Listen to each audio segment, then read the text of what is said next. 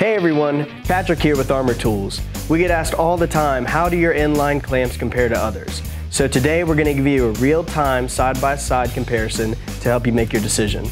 We have three of the most popular inline dog clamps. We'll call this Team Blue, this Team Green, and of course, this one is Armor. So let's get started. First, we'll start with Team Blue. Now this clamp is manually adjusted, so you have to continue to rotate the dial to get it to the right size.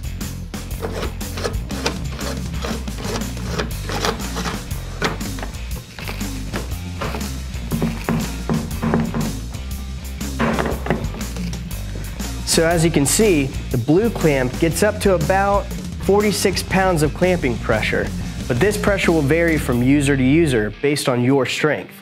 And take note, the plastic push rod seems to give and bend, and this results in a loss of consistent holding pressure. As you can see, we've already dropped down to about 43 or 44 pounds of pressure, and it's just going to keep dropping. Lastly, you'll also get some lift of the material from the table because the clamp is not actually attached to the table, it just sits down into the dog hole. Next, on to Team Green. So this one is easy to adjust material thicknesses, which makes it easy to set. But once you move the pad into position and lock the clamp, it moves in about 1/8 of an inch to give you the clamping pressure, and that's it.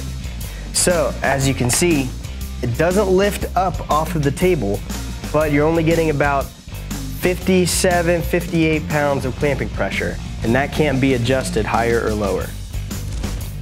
Last, we'll show you Armor's inline dog clamp. You can see that Armor's clamp allows you to set the thickness of the material very easily, similar to the Green Team. As you can see, we already have 60, 61 pounds of clamping pressure. But the most beneficial part of Armor's inline dog clamp is the auto adjust mechanism that allows you to readjust the pressure to be higher or lower depending on what you need. So let's go ahead and readjust that now.